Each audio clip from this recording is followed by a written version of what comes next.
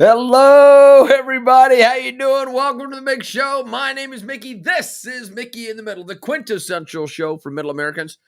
Uh, Mickey in the Middle, the quintessential show for Middle Americans. It doesn't matter where you've been. It doesn't matter where you're going. It just matters that you're here right now and that you embrace your middleness and that you can be with us today.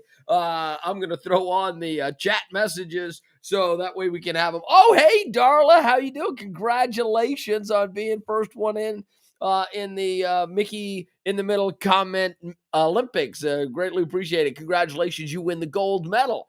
So, and thank you very much for having an unbelievably terrific son.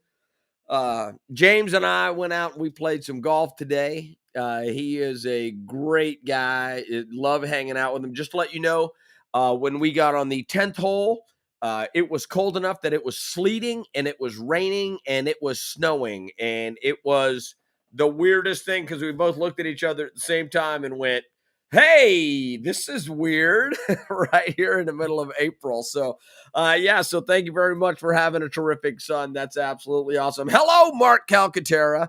Congratulations on coming in with a silver medal. Greatly appreciate that. I appreciate everybody being here. So, what we're going to do today is all right. So I had something going on in my life today. So I'm going to talk about that for just a second. And then we're going to get into what happened in Washington today, what happened in Augusta today, and then we're going to talk about the stuff that we originally intended to talk to about last night. Except the simple fact of the matter is I kind of got distracted and we kind of went off because Nicole was brand new. She'd never been on the show before. And so I thought last night's show went pretty doggone good. So hopefully she'll be back and we'll be able to do a lot more in the future. So with that being said, where are we right now?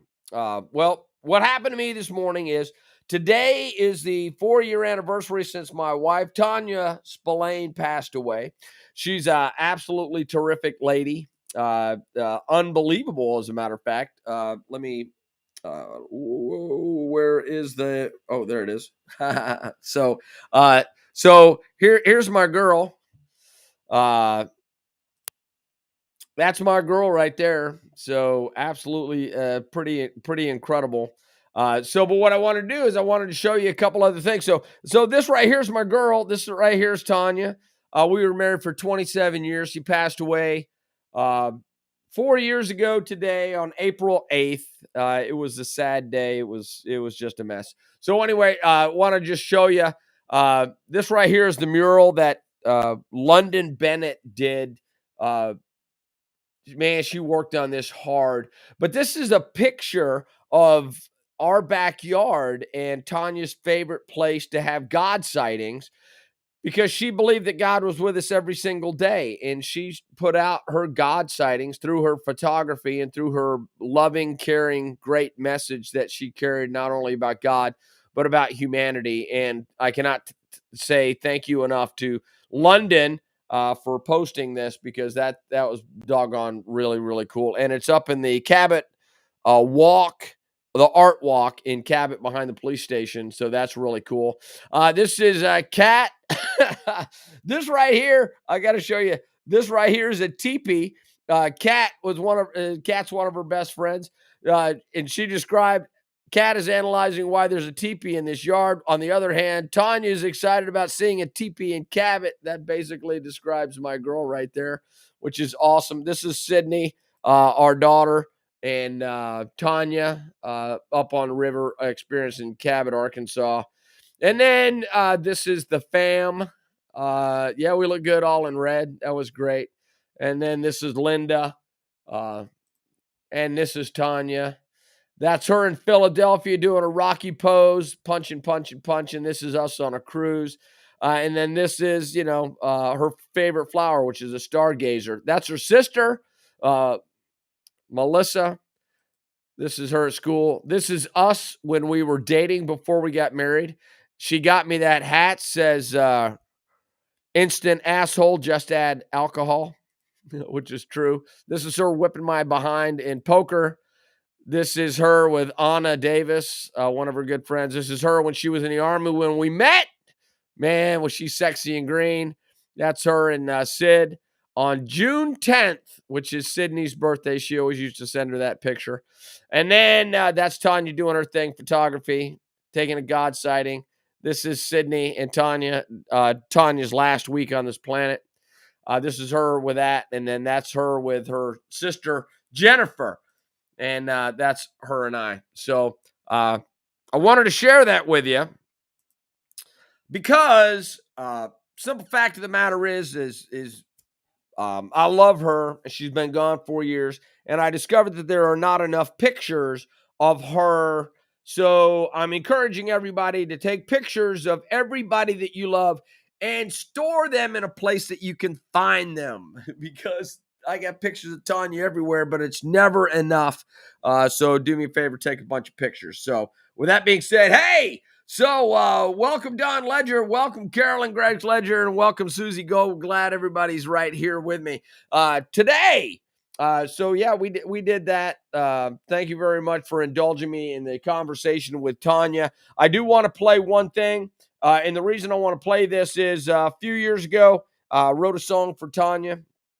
She's been gone for 4 years, and if you will indulge me, we play the music every time, and I've got to rearrange. I've got to get another opening. But this is the song that was written by me with the help of Matt Ollie. That was basically about Tanya. And I want to play it. It's about 3 minutes long. So if you please indulge me, I'd like to get it in on the 4th year anniversary of her death and her passing, because I do love her. I loved her then. I loved her now. But this is about us getting together. She used to have this big hair that when it was down, it was long, and it used to go down about her shoulder blades. So that's where the long blonde hair came from. Because when we met, she did have semi-long blonde hair, and it was a lot shorter later in life. So this is the song, Make Her Mine. Hope you enjoy it. It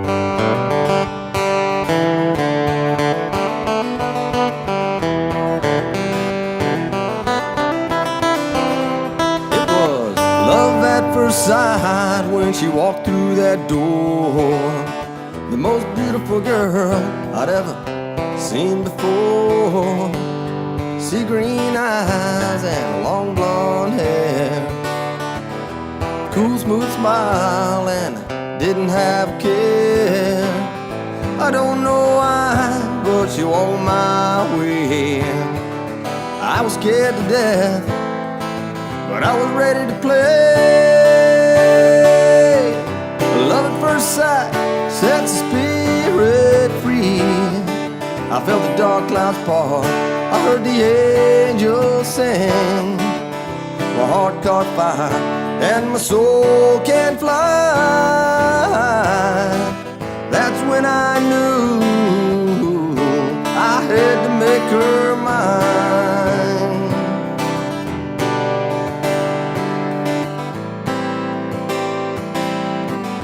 2 days passed before I made that call. I was hoping for the best, but I was ready to fall. At 3 a.m. we were still on that phone.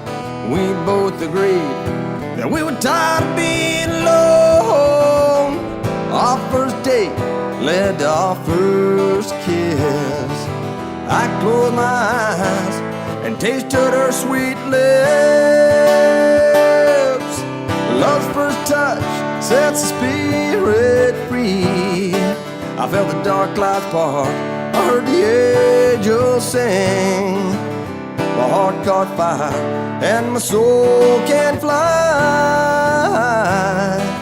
That's when I knew I had to make her mine.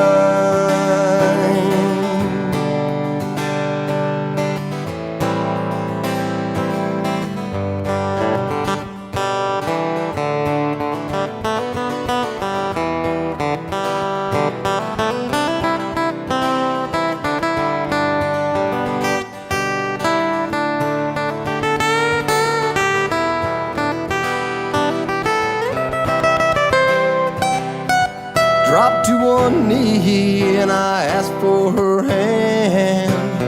Please be my woman, and I'll be your man. One true love sets the spirit free. I felt the dark clouds part, I heard the angels sing. My heart caught fire and my soul can fly. I can't believe that I made her mine. Yeah, I made her mine.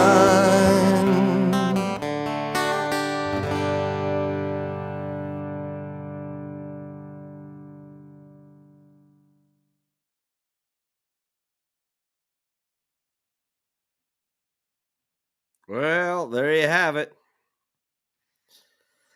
That was my girl. So, yeah, made me a little sad. So, all right.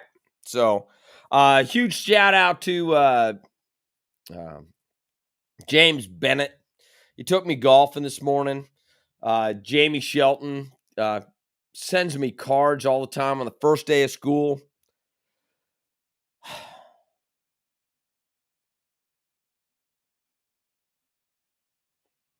Yeah. So.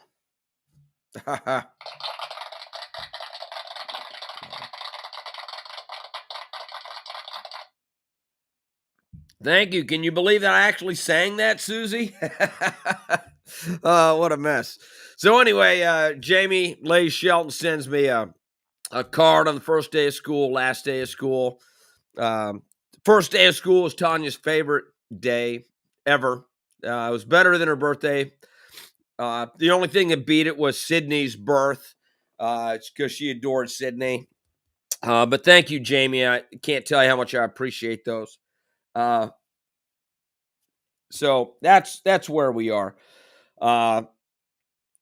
Thank you very much. I appreciate it, everybody. So I hope that you remember everybody that you have ever loved. And I hope that we can spread more love in the world and understand that we are all in this together. Now, I'm going to be making some statements later on the show that makes us think that I don't love everybody, but I do love everybody, and I'd like to make sure that everybody understands that right now, because here's what's going to happen. I'm going to switch back to Mickey in the middle, and I'm going to make some comments, and then we're going to move on from there. So that's where we are right now. So without further ado, let's go ahead and get into Mickey in the middle. So welcome to the show, everybody. Hope you had a great day. The weekend is upon us. It is Friday, 9 p.m. Central, 9:15 Central. We're already 15 minutes into the show. Thank you very much for being part of the show. Hopefully everybody had a great week and we're ready for the weekend. So here's what happened today in Washington. Going to throw this on, and we're going to do this. So this right here is Ketanji Brown Jackson on her historic conversation in the Supreme Court. She met with Vice President Harris and President Joe Biden, and she said a couple of things that was on here, because I do believe that this is historic. I think that this is absolutely fantastic. I think it's but this says right here, much like the message was yesterday, is her being a black woman is more important than her being a great justice on the Supreme Court. However, she did say something today that I think that everybody needs to. I think that everybody needs to understand exactly what we're talking about here. Simple fact of the matter is that she is the dream and the hope of the slave. And when I write this, let me do this. When I write this, I would like you guys to understand that the simple fact of the matter is that she right here says, in my family, it took just one generation to go from segregation to the Supreme Court, she added. That is true. That is a true statement. I want everybody to think about this.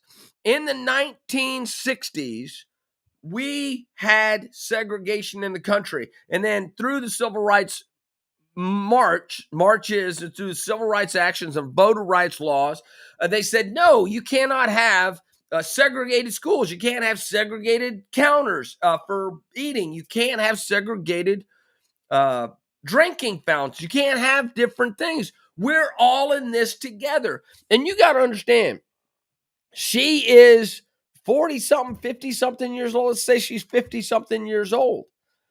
Well, I'm 59. That means that she came out of the same era that I did. And there was racism in her country and there was segregation and a lot of people worked to that. So what she said is a valid point. And you remember I did Mickey in the Middle earlier last month from Lafayette, Louisiana, from Mobile, Alabama, from Defuniak Springs. Was I did they're doing a Defuniak Springs? I don't know, but Selma, Alabama, where racism was real and racism is still real today, and she has valid points when it comes to one generation, her generation. Literally from the 1960s to right now, her generation, people in her family experienced racism. And that's just the way that it is. So you can couch this with this. So I'm very, very happy for her. And I'm very, very happy that the simple fact of the matter that we're making progress in this world. Oh, so she's 51-year-old judge. Wiped away a tear. She thanked her family, including her parents. It's all pretty exciting, she said. She thanked former President Barack Obama, who nominated her for the first judicial role in federal court. And she said she was humble and honored to be given the opportunity to serve as a justice. Now, here's what the thing is that Biden said. Yesterday, we witnessed a truly historic moment. We're going to look back and see this moment as a real change in American history, which I believe is correct. And then Harris said the nation's first female, first black, first Asian American vice president said she wrote her goddaughter a note while presiding over the historic note. I told her that I felt it was deep sense of joy and pride that this moment was good for our future and our nation. Now, here's why this is significant. I got this written down. This will also be the first time in United States history that white men won't be the majority of the Supreme Court. The bench will include 5 women, or it will include 5 men, 4 of them white. I think that is pretty awesome, to tell you the truth. I really think that is absolutely awesome because the world is changing. So that when you can have somebody that goes from segregation to the Supreme Court, that is proof that it is changing. Now, this is one of the other things that I want to find this. I want to find this, and then I'm going to talk about it. So when Justice Breyer, hold on just a second. Wait a minute, I got to find it.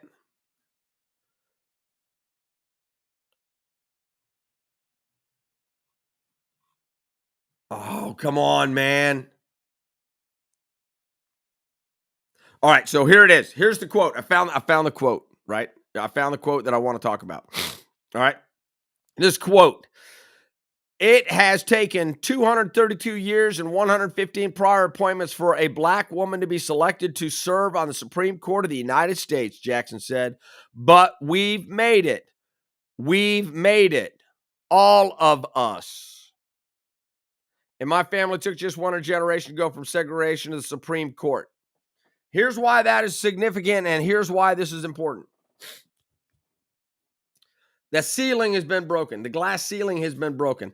I cannot tell you that we still have a long way to go in corporate America. We still have a long way to go in education. We have a long way to go in business. But this just goes to prove that the federal government and the state governments are not limiting people on what they can do for our nation. And nobody's putting a limitation on them. So that means that you can go out and you can get in business for yourself. That means you can go get into politics for yourself. That means you can go do a lot of different things as a middle American in America. This is the land of opportunity. And when everybody says, well, it's just for rich people, that is not true. Go on YouTube. Look at all the people that are making successes on YouTube. And they're They're alligator trainers. They're people that have opened zoo. They're people that are into real estate. They're people that have their own business. There are people on there that She's the Carpenter is one of my favorite people to follow. Go to Instagram. She's the Carpenter. I love her, man. She does amazing stuff. But there are all kind of people in the world that are making it. And that's what we have to remember as middle Americans is it's an opportunity for everybody to make it. And this is busting up a glass ceiling. And I think that is absolutely awesome. So with that being said, I'm going to go back to this really, really quick because now I would like to show you part 2 of this. Part 2 is Masters. Tiger Woods battles his way past the cut line in windy Augusta. So Tiger Woods, as we discussed last night, Tiger Woods, after a 2-year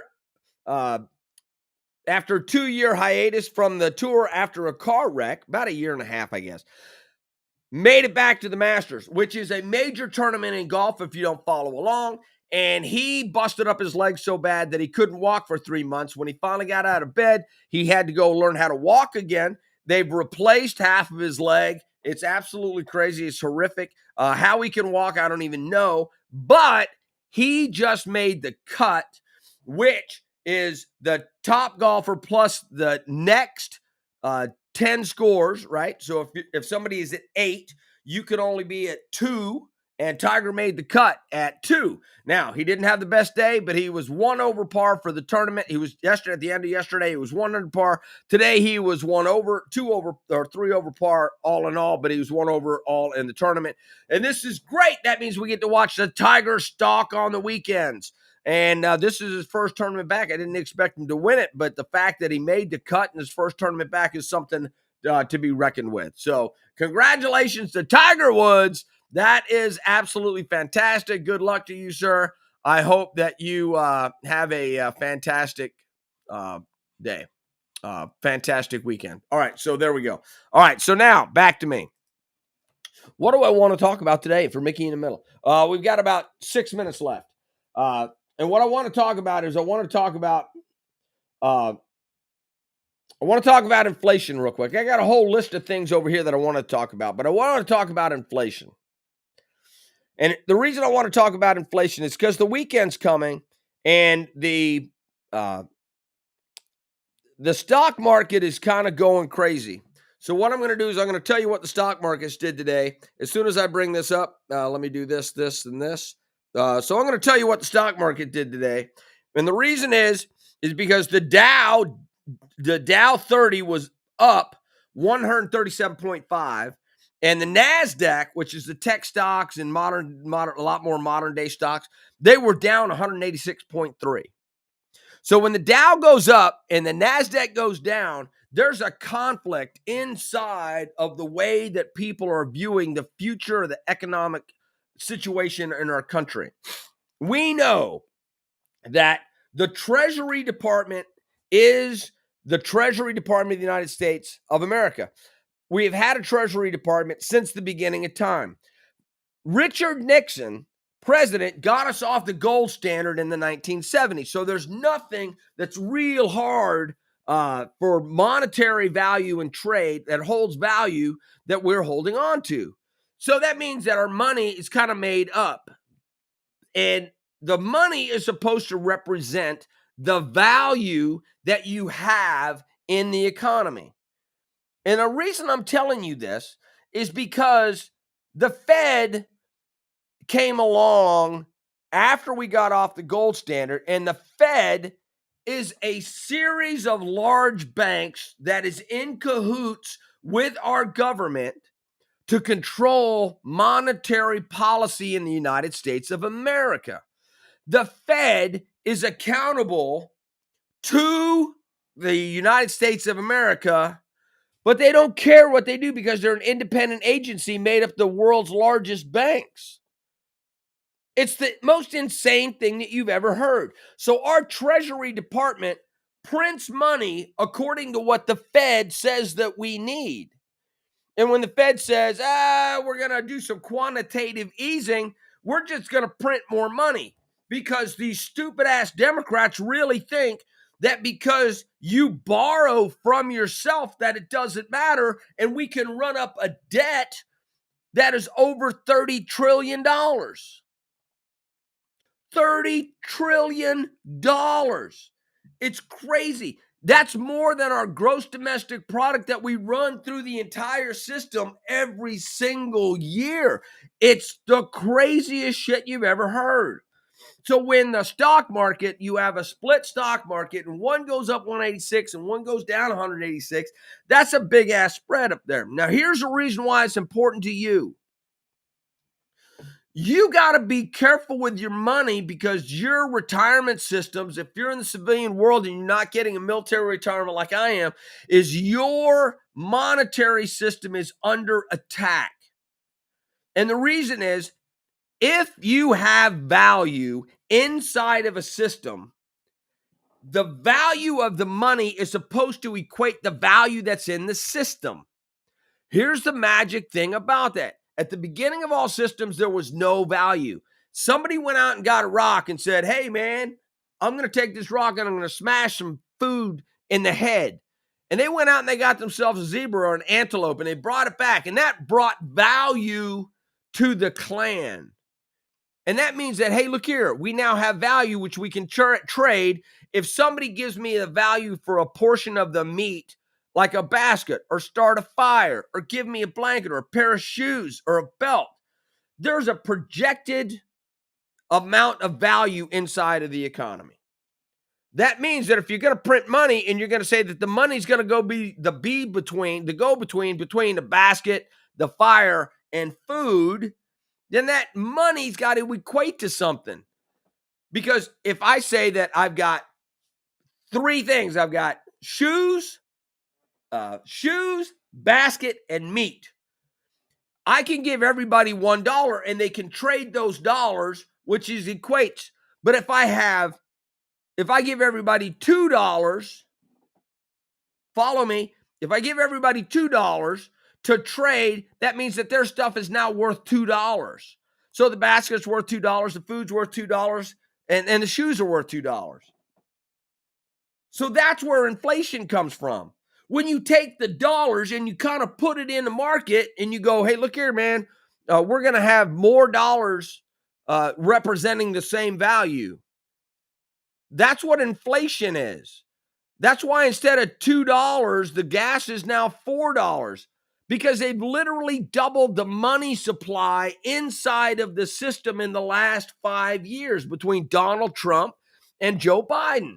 And yeah, COVID had something to do with it, but didn't have everything to do with it. And I hope that this is making sense to everybody. But here's why this is dangerous. Because the Fed is now going to raise interest rates, which says that they are going to charge you more money for money. So they're playing a double-edged sword, which is basically, hey, look here, we're going to put more money into the system. And when it all balances out, we're going to have more money for the same amount of goods. But now, in order to borrow money, we're going to charge you more. So the banks borrow money from the Fed, companies borrow money from the banks, you borrow money from the companies that borrow money from the banks. That's where a credit card comes from. That's where all of the other stuff that's on credit comes from. So everybody's got to make their cut. As they do that, they're going to draw down the money supply simultaneously, which means that we're going to have hyperinflation and bad stuff's going to happen.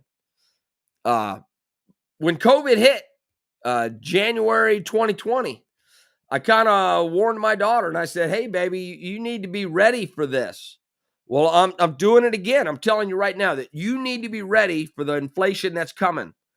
And I'm not going to be one of those doomsdayers that says, hey, look here, you got to go and buy a bunch of food, that you've got to go and save gasoline, and then you've got to go get fuel and things that are going to make you survive. What I'm telling you to do is that you need to start thinking about where you might be getting your stuff from. You might want to, just think about if banks start closing, I'm not saying make a run on your money, but I'm saying that you might want to get some money out now in case the banks do start having difficulty and they can't keep up with the demand. Because here's what the deal is. If everybody had $100 to go buy gas last week and gas is now $200, that means instead of getting $100 out of your bank, you're going to have to go get $200 out of your bank. If you do that times 330 million people in the United States of America, that's double the money that you need to fill up your tank. And then when you got to pay groceries and you got to buy all this other stuff, that's why our government, the Fed, and the Treasury Department are screwing us, and summer's coming, and rates are going to go up, and inflation's going to go up, but I just need you to be careful out there. Jackie, you said it. Make sure that you have cash on hand. That is absolutely true. Make sure that you have cash on hand. Make sure that you have something that's valuable besides cash. I don't know what that might look like for you, but make sure that you have something that's valuable like cash and that you can use, and so that you can trade value for value.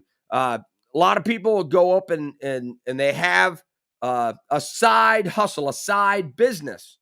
That's the best way to hedge against a company going bankrupt and you losing your job, is if you have a side gig and you can go use that side gig to go make additional money, because labor and having food is always going to be in high demand. If you're the one, then you're going to always be in high demand, and then you don't have to worry about the financial system. You can just go trade whatever you do for services in the community. And that's how you stay ahead of that. So without further ado, that's going to be it for me in this week. So we'll be back on Monday, 9 p.m. Central, right here wherever I am, 9 p.m. Central, right there wherever you are. Remember to like, share, hit the notification bell. Tell all your friends about the show. Can I tell you how much I appreciate you being here all the time? I hope I give you some good information. I appreciate the feedback. Jackie says, by the way, Bitcoin is fake money. Ooh, so here's the funny thing about that. I could talk about cryptocurrency. Oh my gosh, I could talk about cryptocurrency. You're right. It is fake money. You're 100%. It is fake money. Just like all other currency is also fake money. And the reason I say that is because if you can trade money for crypto and you can trade crypto for money, or you can trade crypto for pizza, or if you can trade crypto for anything else, it's a representation of a value exchange system. I can go talk about this for a long time. I actually did a show on this a while back, and it was mind blowing. So maybe one of these days we will do another show on crypto. Happy weekend, says Carolyn. Have a great weekend, Mark. I cannot tell you how much I appreciate it. Crypto is the devil, but it's a devil I will dance with. Just want to let you know. So without further ado, thank you very much, America. Embrace your middleness, because we need middle America. You guys have a great night. I will see you on Monday. And good night, small one. I love you. You take care. You be good. Oh, go to captions, go to chat, go to graphics. And we're going to end with Make Her Mine.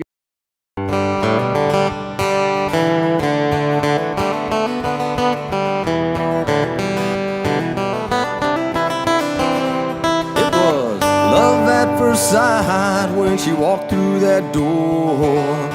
The most beautiful girl I'd ever seen before. Sea green eyes and long blonde hair, cool smooth smile and didn't have a care. I don't know why, but she won my way. I was scared to death, but I was ready to play. Love at first sight sets the spirit free. I felt the dark clouds part, I heard the angels sing. My heart caught fire and my soul can fly. That's when I knew I had to make her mine.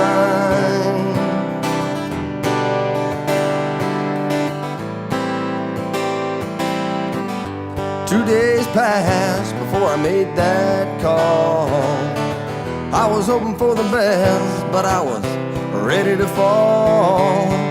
At 3 a.m. we were still on that phone. We both agreed that we were tired of being alone. Our first date led to our first kiss. I closed my eyes and tasted her sweet lips. Love's first touch sets the spirit free. I felt the dark clouds part, I heard the angels sing. My heart caught fire and my soul can fly. That's when I knew I had to make her mine.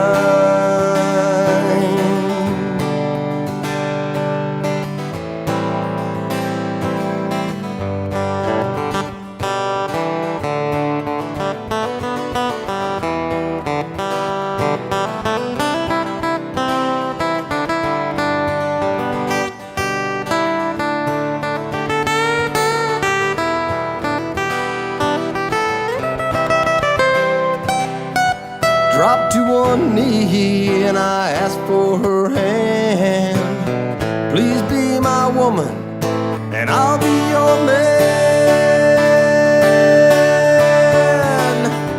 One true love sets the spirit free. I felt the dark clouds part, I heard the angels sing.